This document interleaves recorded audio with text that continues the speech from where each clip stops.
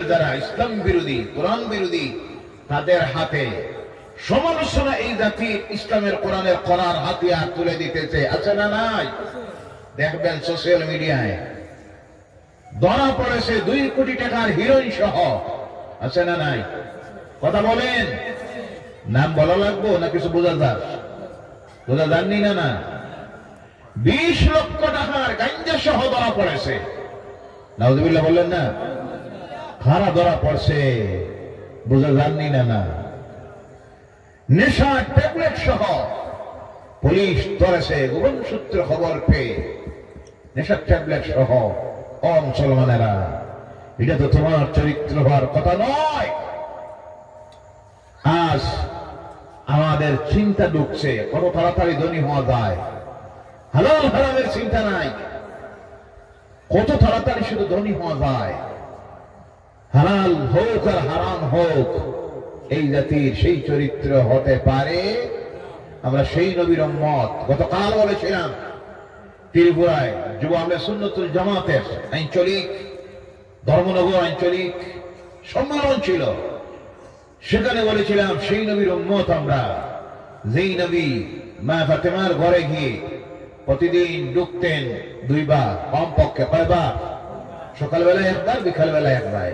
বেশিরভাগ অনেক সময় জোহরের নামাজের পর মা ফাতেমার ঘরে গিয়ে ঢুকতেন এর খবর নেওয়ার জন্য। একদিন আল্লাহ রাসূলকে ঢুকেছেন, ঢুকে দেখেন ফাতেমা বসে বসে জোহরের নামাজ পড়তেছেন। আল্লাহ রাসূলের রাগ উঠে গেছে। রাসূল রাগ করতেন না নিজের পার্সোনালি কোনো ব্যাপারে, কিন্তু অন্যায় কোনো কাজ দেখলে পরে, শরীয়ত বিরোধী কোনো কাজ দেখলে আমার রাসূলের রাগ উঠে যাইত। সঙ্গে সঙ্গে কপালের এই মাঝের রগটা ফুলে যাইত। বলেন সুবহানাল্লাহ। বলেন মা ফাতেমা রে, কেন তুমি বসে বসে নামাজটা পড়লে? তোমার কি দাঁড়ানোর ক্ষমতা নাই? কেন তুমি বসে নামাজ পড়েছ রে মা? মা ফাতেমা বলেন, আব্বা রাগ করবেন না, আমার কাছ থেকে শুনুন কি জন্য আমি বসে নামাজ পড়েছি। আব্বা আমি বসে কারণে নামাজ পড়েছি। আমি জানি প্রতিদিন জোহরের পর আপনি আব্বা আমার ঘরে আসেন আমার খবর নেওয়ার জন্য। আর আমি দেখালাম আমি যদি দাঁড়িয়ে নামাজ পড়ি, আব্বা আমার গায়ের কাপড় যেটা একটাই কাপড়, কাপড়টা ছাড়া বিভিন্ন জায়গার মধ্যে ফাটা আছে। দাঁড়িয়ে নামাজের অবস্থায় আপনি ঘরে ঢুকলে আমার সতরের বিভিন্ন জায়গার প্রতি আপনার দৃষ্টি পড়ে যাইতে পারে, অথবা আমার গায়ের ছেঁড়া কাপড় দেখে আপনার মনের মধ্যে দুঃখ আসতে পারে। এই ভেবে আব্বা আমি বসে বসে নামাজে পড়তেছি। শুধু তা নয়, ও আব্বা আজকে 3 দিন হয়ে গেছে আপনার মেয়ে ফাতেমার পেটের ভিতরে কোনো খাবার পড়ে নাই। সুবহানাল্লাহ নাই? মা মেয়ের বাবার যখন আলোচনা চলতেছে, হাসান হুসাইন কিনারায় ঘুমের মধ্যে ছিলেন। 2 জনের ঘুম ভেঙে গেছে। ঘুম থেকে উঠে বলেন, নানা কি এনেছো খাওয়ার জন্য? আল্লাহ রাসূল বলেন, আমি তো জানি না খাবার আনার জন্য কি হয়েছে। বললেন, ও নানা প্রতিদিন তো আপনি আন আর যান। মা আমাদেরকে বলেছে আমরা যেন আমাদের অবস্থাটা আপনার কাছে না বলি, কারণ বললে পরে আপনার মনের মধ্যে দুঃখ লেগে যাবে। ও নানা আজকে 3 দিন হয়ে গেছে হাসান আর হুসাইনের পেটের ভিতরে কোনো খানা পড়ে নাই। সুবহানাল্লাহ বলেন। আল্লাহ রাসূল বলেন, মা ফাতেমা, ও হাসান হুসাইন ধৈর্য ধরো, আমি তোমার মা, তোমার আব্বা। ও ফাতেমা আমি তোমার আব্বা, আর ও হাসান হুসাইন তোমাদের নানা। আজকে সেই নবী আমি মুহাম্মদ রাসূলুল্লাহ 7 দিন হয়ে গেছে এই পেটের ভিতরে কোনো খাবার পড়ে নাই, শুধু পানি আর পানি দিয়ে 7 দিন চলতেছে। সুবহানাল্লাহ। সেই নবীর উম্মত আমরা। আর আজকে এই নবীর উম্মতের চরিত্র হইল কিভাবে তাড়াতাড়ি ধনী হওয়া যায়, কেমনে ধনী হওয়া যায়। হিরোইন হোক, মদ হোক, গাঁজা হোক, চুরি হোক, যা হোক সব করতেছে। আর ধরা পড়ে যখন, তখন সোশ্যাল মিডিয়ায় ইসলাম বিরোধীরা খুব ফলো করে, প্রচার করে, দেখো এদের চরিত্র কি, এদের কাজে হইল এইসব। কথা ঠিক কি না ভাইয়ারা আমার? আল্লাহর ওয়াস্তে এইসব অপকর্ম থেকে যুব সমাজ বিরত হন। সময়টা বড় কঠিন। আল্লাহ পাক এই কঠিন সময়ে জাতির মধ্যে পরিবর্তন আনার, ঐক্যবদ্ধ হওয়ার, সংশোধিত হওয়ার, আমল তৈরি করার তৌফিক যেন দেন। সকালে বলেন আল্লাহুম্মা আমিন, আল্লাহুম্মা আমিন ইয়া রাব্বাল আলামিন।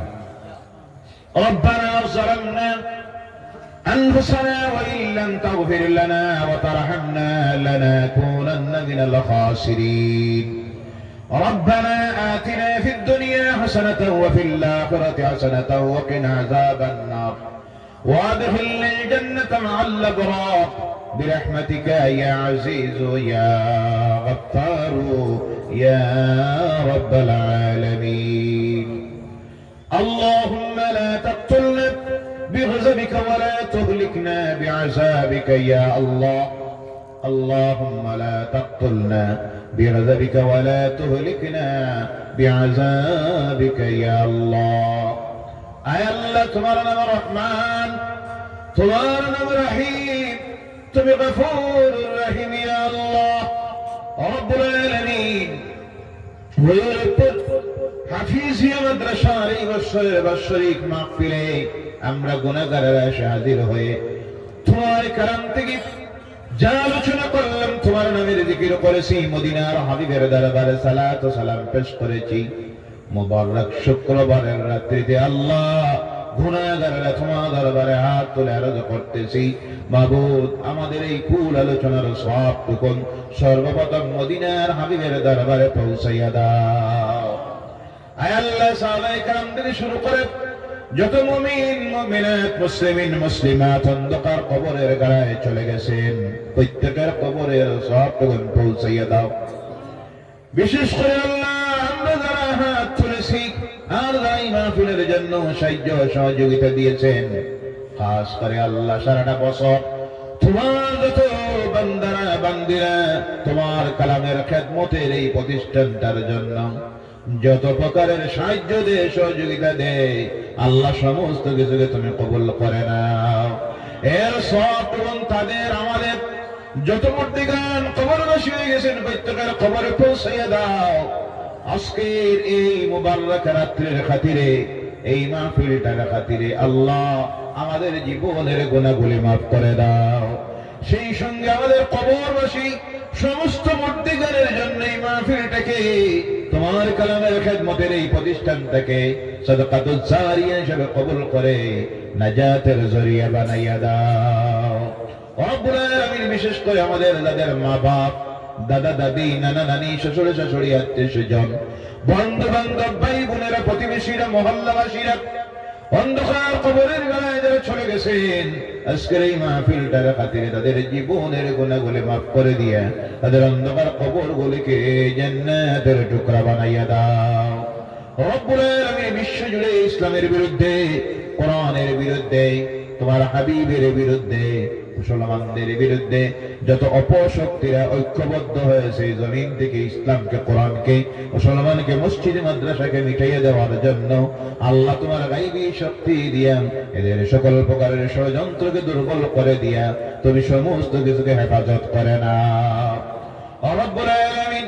আবু জেহেলি যত শক্তি, ফিরআউনি যত শক্তি, নমরুদ যত শক্তি মাথা ছাড়া দিয়ে উঠেছে, আল্লাহ তুমি আবু জেহেলকে, নমরুদকে, ফিরআউনকে যেইভাবে ধ্বংস করেছিলে, আজ তোমার কাহারিয়তের সেই পাওয়ারটা একটাবার দেখাও। আয় আল্লাহ, আমরা যারা তোমাদের দরবারে হাত তুলেছি, আমাদের প্রত্যেকের দিলের নেক আশাগুলি পূর্ণ করে দাও। প্রত্যেকের রুজিতে বরকত দেও, আমলে বরকত দেও, ইলমে বরকত দেও, হায়াতে বরকত দেও, মালের মধ্যে বরকত নাযিল ফরমাও। আয় আল্লাহ, আমাদের জান, মাল, ইজ্জত, আবরু, মসজিদ, মাদ্রাসা, কোরআন, আমাদের বাড়ি ঘর, আমাদের বিবি বাচ্চা সব তোমার কুদরতের হাতের হাওয়ালা, তুমি মাবুদ হেফাজত করে নাও রব্বুল আলামিন। এই জমিনে আমরা কেউ চিরস্থায়ী নয়, চলে যাব। কোন সময় যাওয়ার ডাক আসবে আল্লাহ, বারবার তোমার দরবারে আরজ করি, মোটটা যখন দিবা আল্লাহ রাস্তাঘাটে ফেলাইয়া বোধ দিও না, নামাজ রোজা করে কাফনের ভিতরে ঢুকাইও না, বিনা তওবায়, বিনা ওযুতে আল্লাহ আমাদের মোটটা দিও না। জীবনের শেষ সময়টা যখন হাজির হবে, নূরের নবী নয়নের সামনে হাজির করে দিও। আর দুনিয়ার জীবনের শেষ কথাটা আমাদের জবানটা দিয়ে বারবার জারি করে দিও, লা ইলাহা ইল্লাল্লাহু মুহাম্মাদুর রাসূলুল্লাহ। সুবহান রাব্বিকা রাব্বিল ইজ্জাতি আম্মা ইয়াসিফুন ওয়া সালামুন আলাল মুরসালিন ওয়ালহামদুলিল্লাহি রাব্বিল আলামিন। আসসালামু আলাইকুম ওয়া রাহমাতুল্লাহ।